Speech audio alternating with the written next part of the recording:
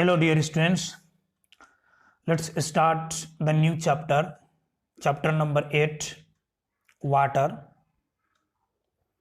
of class 8 in subject chemistry. Today, the topic is introduction about this chapter. So, open your chemistry book and come on the page number 108, 108. So, introduction about this chapter. So, water is present in all living beings. All living beings survive under the water. That means without water, no life. So all living beings having the water within them. It is very essential part of life. Water is a very essential part of the life. Without water, no any biochemical reaction takes place in the living cells and the living organisms. So it is the essential part of the life. Water is a very essential part of life. All the life functions of living beings are carried out with the help of water. So all the life functions such as digestion of food, photosynthesis, respirations, all the life functions being carried out with the help of water. Life on the earth first originated in water. So the first life that was originated on the earth in water, seawater. Thus water is also known as source of life. So water is also called the source of life. So the first organisms, the first life that originated on the earth in seawater. And after evolutions, we can see the many organisms at present, that all organisms that arises from that organisms after evolution, million to million year after evolutions. So life originated in the sea water. So water is called the source of life. Next, the human body contains about 70% of water. So a normal human body contains about the 70% of their total volume of the water, or total weight of the water, having the total weight of the organisms having 70% the water. Now plants and animals contain 70 to 90% of water in their body. Some plants and some aquatic animals also, and aquatic plants having 70 to 90% of water in their body. Now the next point about the water is soil also contains large amount of water which is used by plants for their growth. So plant absorb the water, and the source of water for the plant from the soil. So plants absorb the water through roots from the soil. So soil contains the large amount of water. Groundwater also support our life in rural area and also in the urban area for the purpose of drinking, bathing. Now fruit, vegetables, dry fruits and many other food stuff contain water in different quantities. In dry fruits, the lesser amount of water, but in vegetable and fruits and other food stuffs contain the maximum amounts of water. Even seeds such as pea and grain contain water in very small quantity in dry conditions. Now the topic in this chapter, that means chapter number 8, water.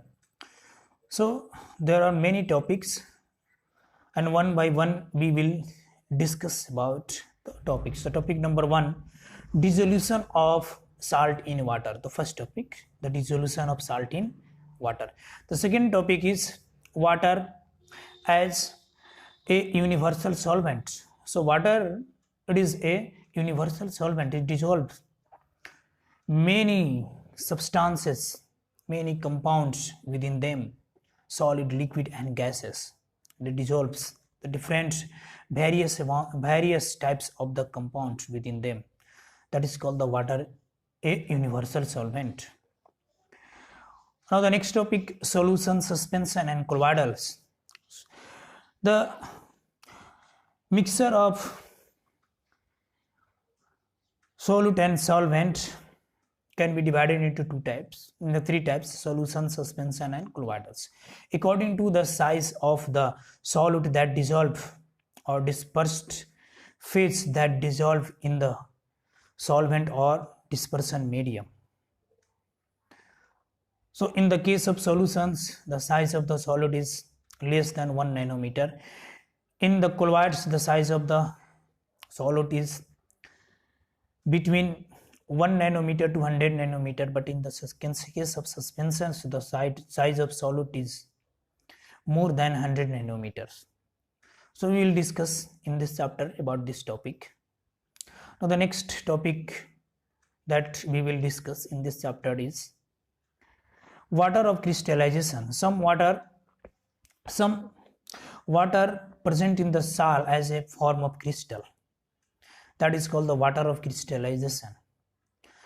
We will also go to details about the water of crystallization in the next coming class.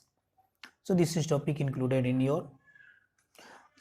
this chapter of your book. Now the next topic is reactivity of metals. So the arrangement of the reactivity of the metals. This topic also included in chapters. Next topic is hard water and soft water. There are two types of the water according to the basis of giving jhag or foam by the water with soap.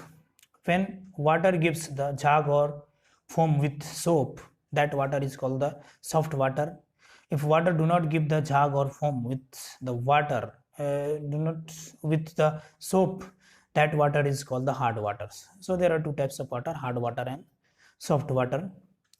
So what are the disadvantages of using hard water? Generally, hard water do not give the foam or jhag with the soap.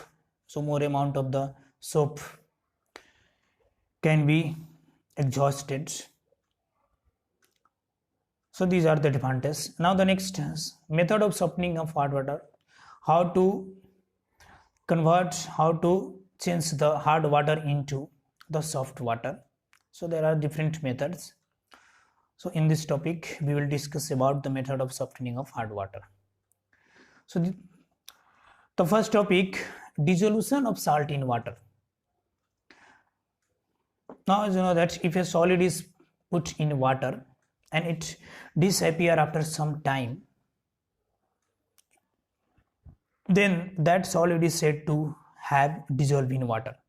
If a solid taken and put in the water, then after some times the solid disappear. That solid is said to have dissolved in the water. So the product which is obtained once the solid get dissolved in water is called the solutions. So when solid dissolve in water, that process is called the solution. That product is called the solution. It means that solution consists of two components, solute and solvent. So what is the solute and what is the solvent? And the process by which the solution get obtained, the process of disappearance of a solid in water is called the dissolution.